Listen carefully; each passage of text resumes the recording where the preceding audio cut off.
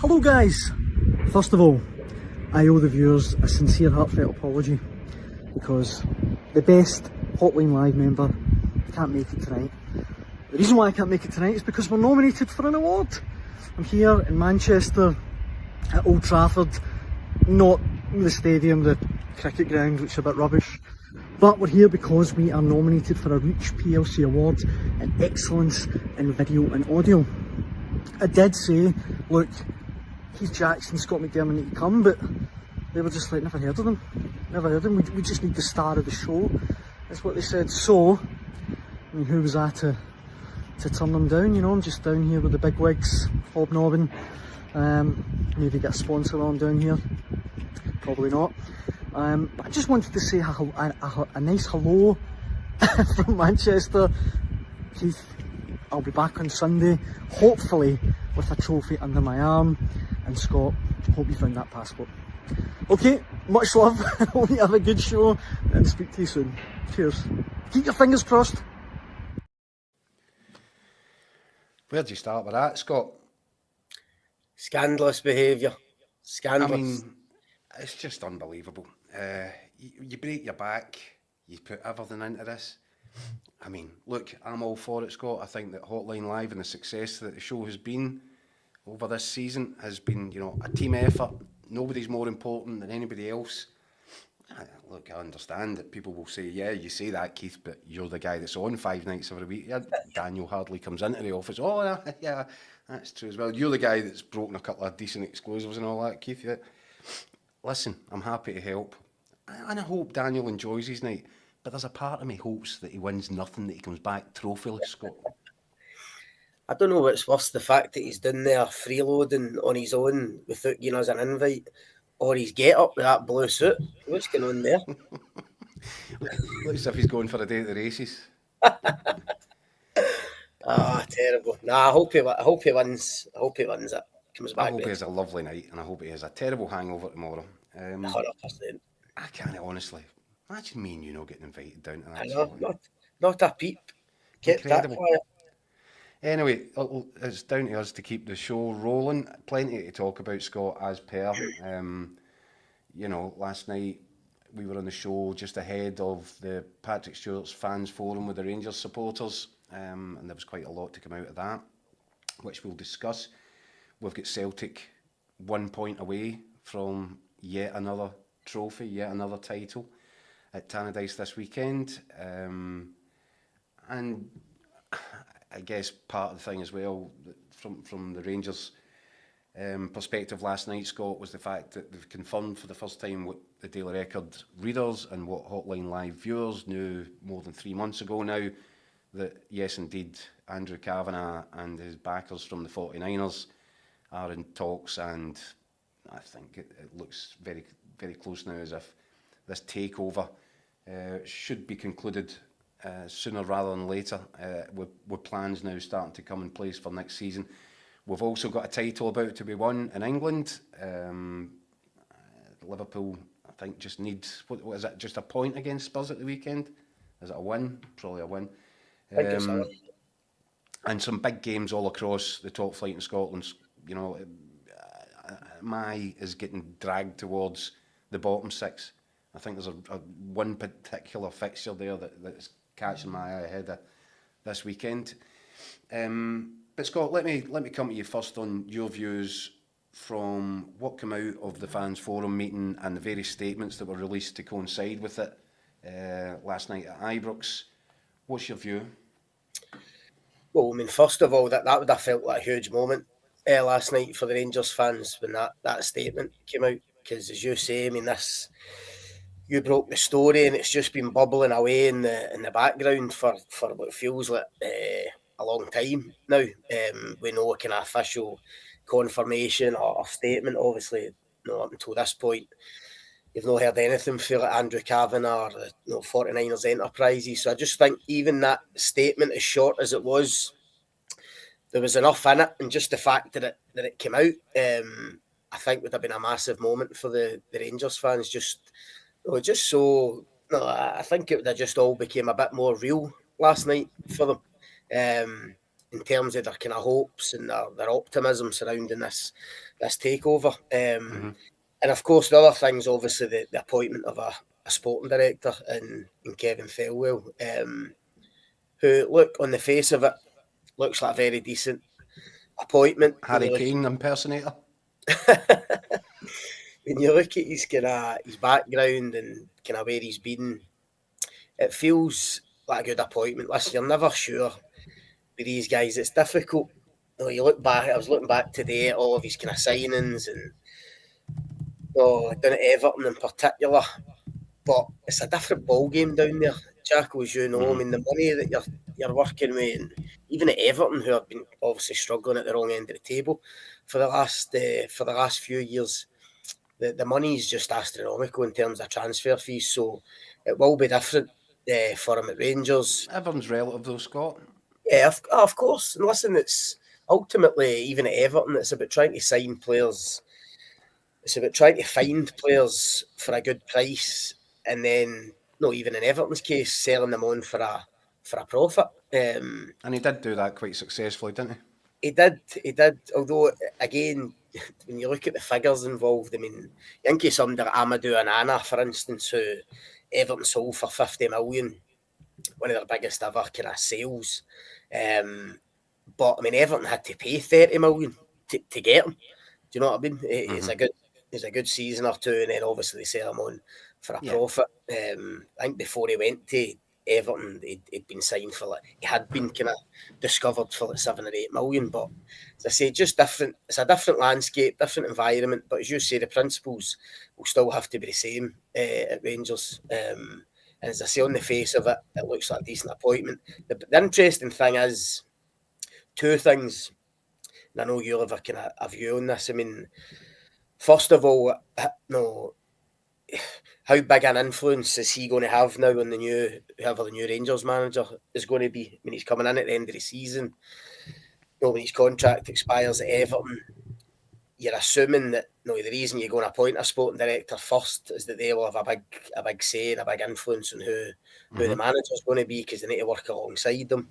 And also, and I don't know your thoughts on this, but is Felwell, is he an appointment that the Americans have had an influence on, or is this purely Patrick Stewart? I said last night, Scott, I refuse to believe it would make no sense at all. In fact, it would make the opposite of that if this appointment was being made kind of unilaterally by the current Rangers board ahead of a takeover. Yeah. Listen, the fact that they were aligned and putting out a joint statement last night tells you they're lockstep just now as they move towards the takeover. So I can only imagine, and plus the fact, Scott, I think Greta Steinson, sorry, almost the environmentalist. I think their paths crossed. When they were together at Everton, and I think that shows that perhaps a little bit of the 49ers' influence in this decision. I refuse to believe it would just be nonsensical if this appointment was being made ahead of a takeover, because if the new guys that come in don't like the director of sport, then the first thing they have to do is pay him off and find the money to do that. So that makes no sense at all. So I think, and Scott, what I said last night on this was I've been calling for some time now, for weeks, for Rangers to start planning towards what next season looks like, because they're gonna end up too late to the party. Celtic are already miles in front. Rangers have not got a brilliant chance of bridging that gap in time for next season, but their only chance would come by they need to start work now. In terms of putting building blocks down and trying to get a head start and some momentum ahead of the summer. So for all those reasons, it makes sense that you appoint your sporting director as soon as you possibly can, so that at least now there's somebody there that's in charge of the strategy. And I think that's what this is all about, Scott. I think this is the first step towards, there's so much work needing to get done in terms of managerial appointments, what the squad looks like, trying to get players out, trying to get players in, and you can't do that without having a guy in charge of it. So that's what it smacks of to me. And the key thing, when you look at the statement last night, I mean, as short as it was, there was a line in there about added investment, and I think that's key, because obviously even when I meet kind of Rangers punters, the one question they always ask is how much are they going to spend in the summer? That's what they're desperate to find out. And I know you've always been kind of on top of that and saying, look, they won't go crazy, especially in the first It's year. not going to be crazy. No, but it'll be smartly spent, and that's the difference. Yeah, and listen, I think as much as it'll not be crazy, I think it'll still be fairly significant. When you think maybe what Rangers have spent in previous years, certainly in the last few years. So, as I say, I think the punters will be really enthused by that. And as I say, that line, just to let them know, look, it won't just be a takeover. There'll be money getting spent in the summer to try and put things right. And as I say, that ties in obviously with Felwell coming in. You've got to imagine he will know what he's working with.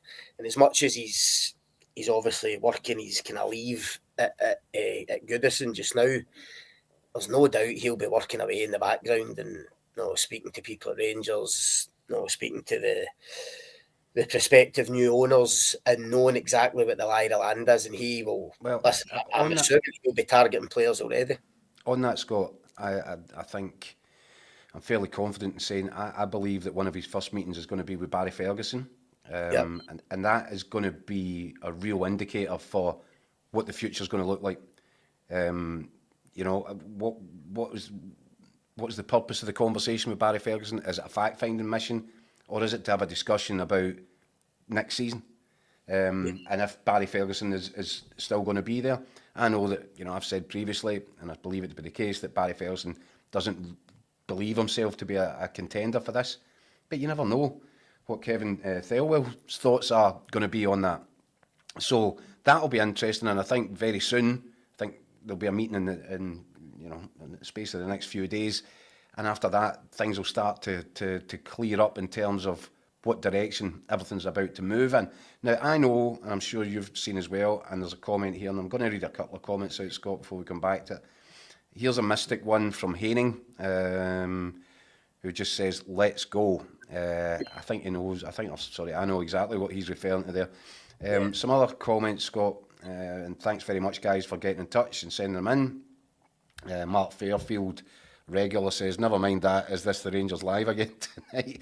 Mark, I'm sure you understand there's a lot to talk about on one side of the city right now, and everything's hunky-dory on the other, but I guarantee you we've got plenty to talk about Celtic as well, because such an important weekend. This is a reference from William Sloan to Daniel, might have at least got dressed up. I couldn't agree more. And here's a nice one before we get into the meat and bones of it.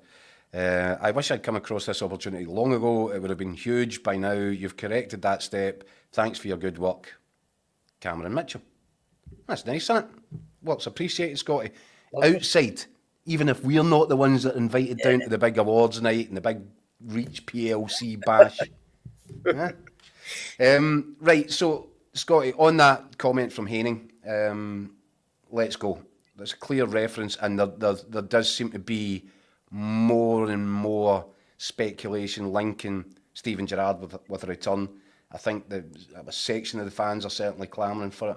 And Scott Arfield, in his column in our newspaper today, said that that's who he'd go to.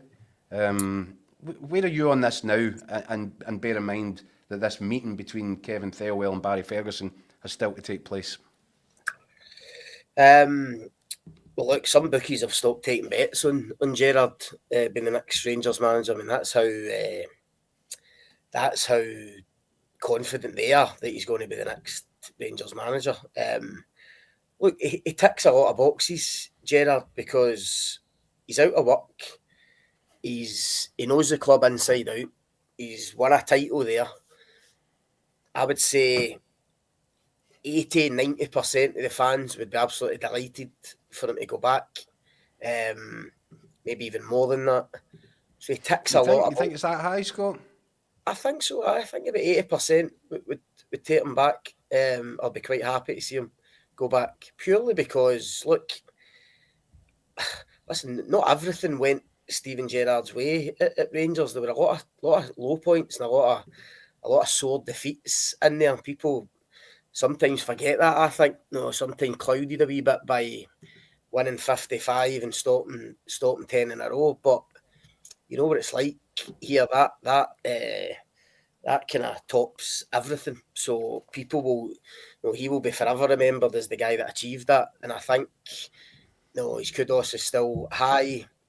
The big question is, would he come back, Jack? There's obvious tax issues there, income tax issues, and there's obviously issues around. Does Stevie G think that having had moderate success at Rangers, to then have kind of bombed a little bit in the next jobs in Aston Villa and in Saudi, does this just look like a guy that thinks that's his level? I don't know. Rangers would certainly need to push the boat out for him. He is a big name. Maybe the Americans are attracted to that.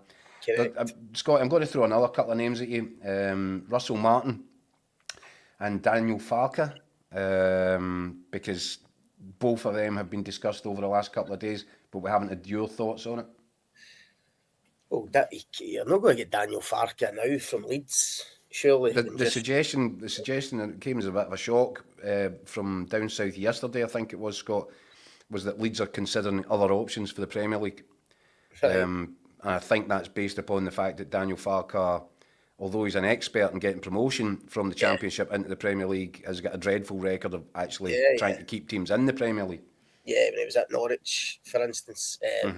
Still, it just shows you how cutthroat it is. It's brutal, isn't it? Promoted to the Premier League and you're up for the sack. And Mac the next day. I mean, it was literally 24, 48 hours after the title or the promotion celebrations. News starts to get leaked out. I found it interesting the manner in which it get leaked out. You know what I'm talking about as a journalist, Scott. Sometimes you see some fingerprints on it. It looked to me as if Leeds were floating that idea in public without putting their own name to it. Look, if he was out of work, then Farke would be, you would imagine, would be in their thinking. But he's also part of the 49er stable. That's what I mean. So it would be it'd be an obvious one. But I mean, I'd still be surprised if they get rid of him. After that promotion. Russell Martin, I'm not sure about. Jacko, I know he's played for Rangers, obviously, so he knows the club, Scotland International and that, he knows the kind of landscape. He's played for Rangers for about 2 minutes, Scott. Aye. He is obviously renowned for a specific style of play, and that is possession. His possession and stats, give away some goals.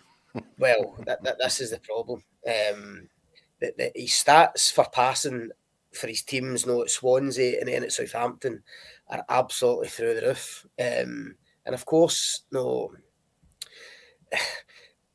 get Southampton up, and which is brilliant. But you then play the exact same way in the Premier League against far better opposition, and they've been absolutely embarrassed this season with the points tally. I'm not sure. Listen, I think Rangers, we talked about Felwell and the strategy.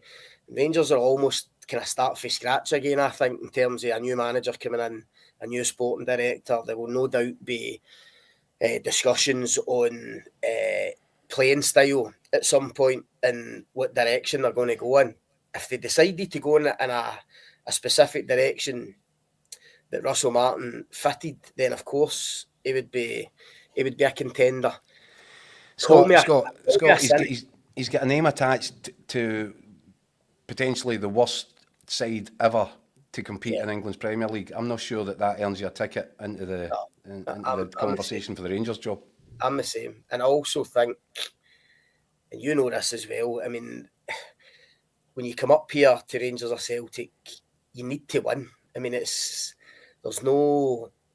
Russell Martin strikes me as the kind of guy that I'm not saying philosophy at all costs. I'm not saying he doesn't mind getting beat, but I think his key thing is how his team's playing and performance and how easy on the eye it looks. And I just don't think, as a manager, listen, Brendan Rodgers, you have to say, has been the master at that coming to Celtic, because he has a playing style and he likes to play in an attractive manner, but he combines that with relentless winning. Ange Postecoglou did it as well, didn't he? So Celtic have set the benchmark there. Yeah, 100%. And that's talking what of we that, aim for. talking of that, Scott, obviously on Saturday, and we don't have any shows before then, so on Saturday Celtic will get the first chance to wrap up this season's title by avoiding defeat at Tannadice against Dundee United.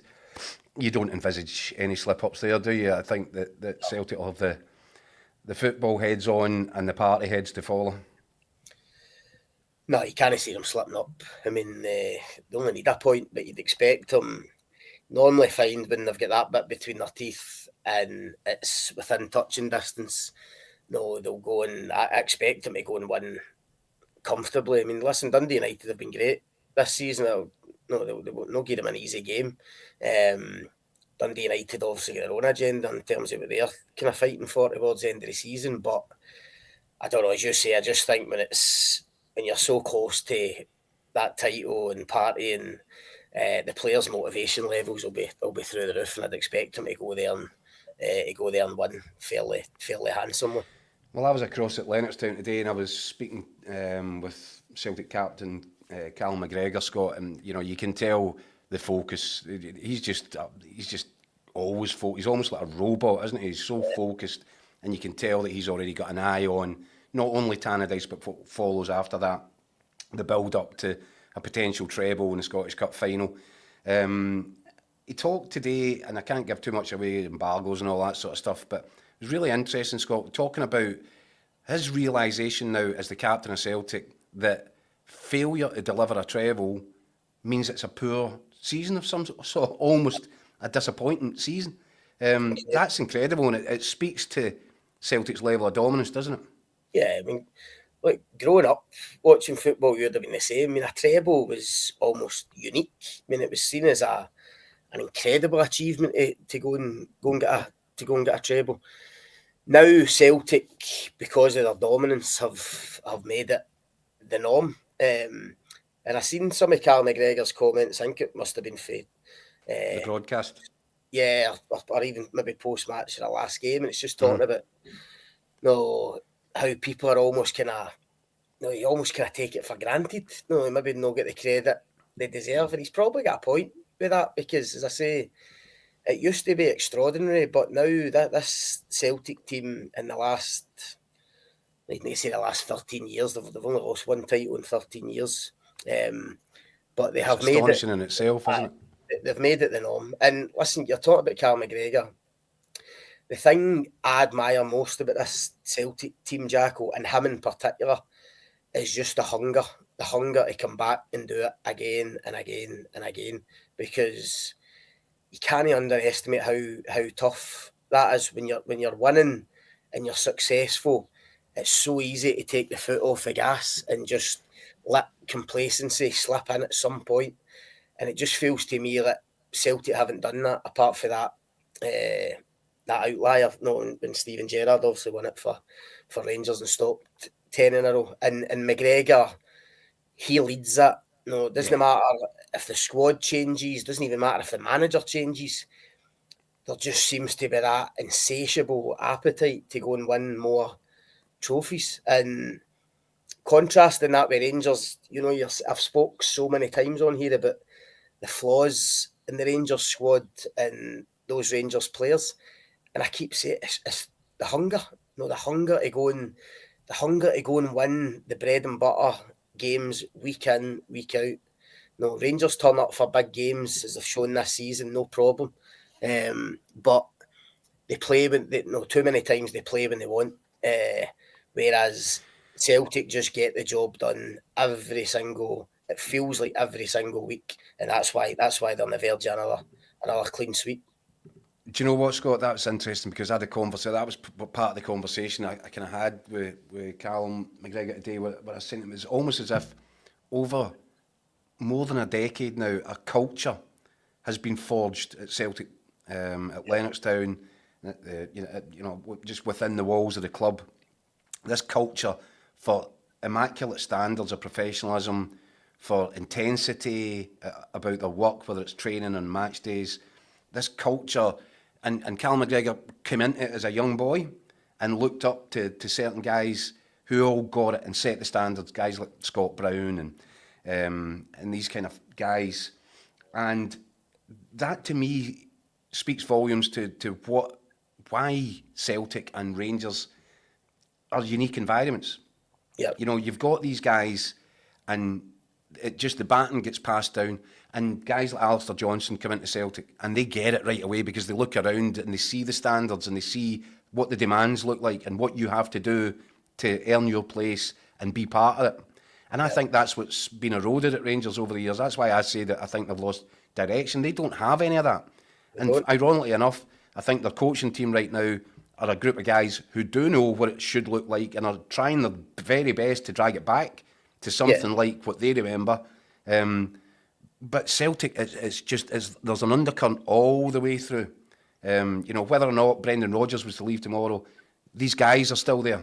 The James Forrest, the Callum McGregors, guys that, you know, they're just tripping over medals. And I think that's so important. And, you know, it was something that Callum agreed with. It's so important to have that mindset and have it sort of almost in the DNA.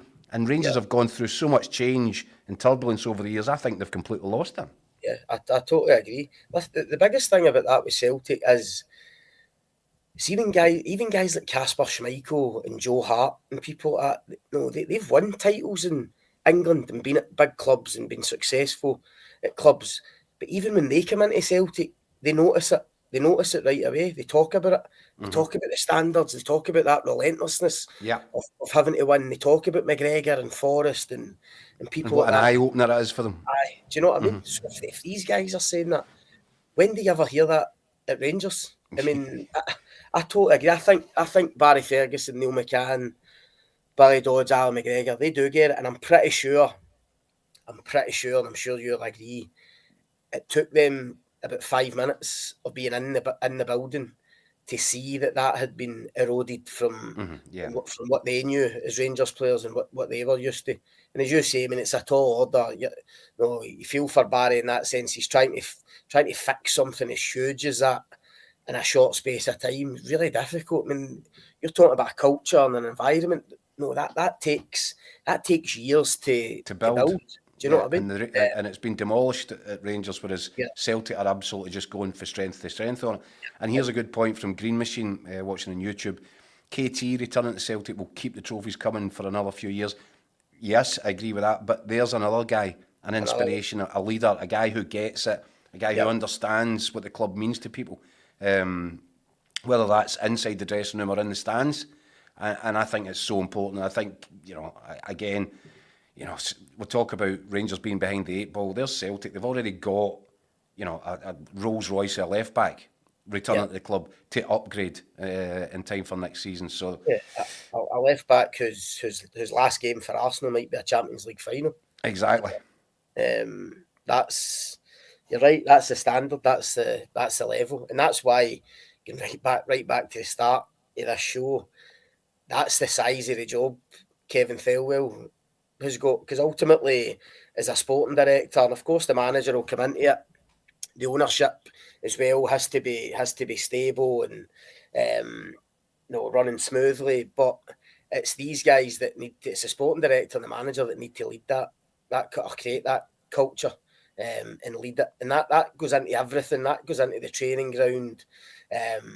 Obviously success on the pitch, but also in the signings, in the recruitment, because we say Rangers haven't signed enough players who have been capable of taking that on and really building something and making Rangers a winning team again. It just hasn't happened. That's why it's a huge challenge for them. Yeah, and Kieran Tierney is another winner. That's another natural born winner. Again, another guy that, like Callum McGregor, looked up to Scott Brown, and he saw what the standards were from day one. And I think him returning, I know, and we all understand that you can't guarantee that he's going to be fit for every game, and his track record suggests that could be an issue. But in terms of what he brings, and in terms of inspiration and leadership and all that, I think he's going to be an invaluable signing for Celtic. I think, Keith, even Greg Taylor's part of that group.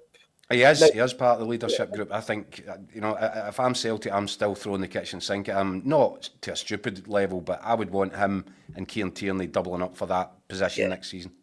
Yeah. Talking about left backs, funnily enough, Scott, a bit of a debate raging south of the border about Scotland's captain. I saw, was it Jamie Carragher, I think it was, saying that Liverpool now need to upgrade him, that he should be reduced to the role of a sort of a stand-in left back at Liverpool. Now, Celtic obviously can win the title this weekend. Liverpool can win the title down south this weekend. Andy Robertson, is he a busted flush at Anfield? I don't think so. I don't think he's a busted flush. I mean, far from it. He's still played the majority of games this season for Liverpool, a team that's going to win a title against the odds, because no one really predicted at the start of the season. So he's not a busted flush, but I mean, I actually asked Andy Robertson at the last at one of the recent Scotland games. He was put up for interview, and asked him about his form at Liverpool and about Carragher basically coming out and saying he had to be replaced. And I think you were there. He kind of admitted that he's been off it this season. No, he's made a few mistakes. I think I'm right in saying he's only got one assist this season, which is remarkable. Yeah, given the numbers that he was posting earlier in his Liverpool career. Obviously, the Liverpool have kind of changed their style under Arne Slot. I think that's a big contributory factor to that, Scott, to be honest. But it's going to be a big summer for Andy Robertson, because I do think Liverpool will sign a left back. I mean, Kerkez at Bournemouth. Yeah, I mean, Richard Hughes is obviously the sporting director now, in charge of recruitment at Liverpool, and he took Kerkez to Bournemouth, and he's been brilliant, and he just looks as if he would fit the bill for Liverpool. So I expect him to sign somebody. So I suppose it's then about, what does Andy Robertson want now? No, towards the end of his career, would he be happy staying at Liverpool as the backup left back, a bit like Tsimikas is to him at the moment, or does he decide, you know what, I think he's almost been there a decade, maybe 8-9 years he's been there. Does he decide, look, I'm going to bow out in the high here. I'm going to leave Liverpool as a double title winner and a Champions League winner, and really go out in a high. And listen, there'll be no shortage of clubs in England and abroad. I don't think he'll give up the shirt, Scott. I think he'll stay and fight for it, to be perfectly honest. So, yeah, I think so. But we'll see. We'll see over the course of the summer, I guess. But I'm not sure that Andy Robertson's prepared to give up what he's got at Anfield, and I think it's better for Scotland as well if he remains there and, nails down it. And I think if Kerkez does arrive from Bournemouth, good player, by the way, really good player, but I wouldn't rule out Andy Robertson's chances of holding on to that shirt. Yeah. The irony is, Jacko, Andy Robertson's always said that he would want to play for Celtic at some point in his career. But with Tierney coming back to Celtic, that would appear to kind of kill that off, you would imagine. Alistair Johnson, Cameron Carter-Vickers, Kevin Thompson and Robertson is Mark Fairfield's selection. That Kieran Tierney just moves into left centre half, and that's where he stays. That's a decent back four. It's not bad. It's not bad. I'm not sure about Tierney as a centre back, right enough, in a back four, but in a back five, that's different. Right, Scott, before we go, obviously, I've packed card over the weekend domestically in Scotland. I'm going to just highlight one game because it keeps catching my eye and I keep kind of drifting towards it. I'm really intrigued to see what happens when Dundee arrive at Tynecastle for the start of the post-split bottom six fixtures. I've just got this feeling it's going to be hard for Hearts, this one. And given the disappointments they've suffered already, a defeat in this one, and I think they're in a world of trouble. Win it, and they're safe and they can dig out the sun cream and the flip-flops. Yeah. Lose it, and oh my dear goodness, they're in a bit of bother. Well, you're right, because I mean, their sole aim between now and the end of the season is just to ensure they they don't go anywhere near that relegation playoff. And 3 points this weekend to do that. Exactly, pretty much. I mean, I think they're, what are they, 5 or 6 clear of Dundee? They're 6 clear just now, so Yeah. I mean, it is like a proverbial 6-pointer, I feel like. I mean, if Dundee win, it just drags Hearts right back into it. I mean, something you would never have thought, a couple of months ago. So you're right, massive game, and morale was obviously very low there. Given their failure to make the top 6, then they lose the Scottish Cup semi, obviously last week to Aberdeen. I mean, Pressure piling on Critchley. Big time. So they cannot get dragged into a relegation dogfight. I mean, it's just unthinkable for them.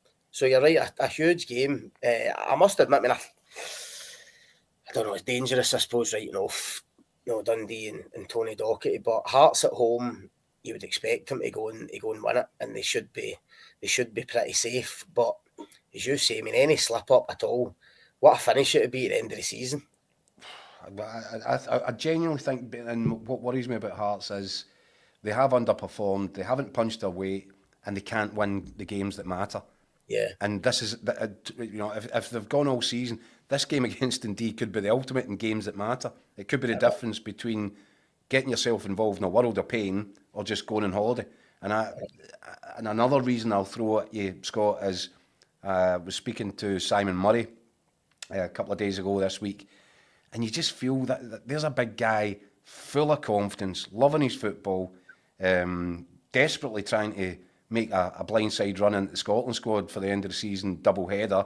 And I look at him and I think you could be a real handful for Hearts. You're a handful for everybody, but especially this Hearts side.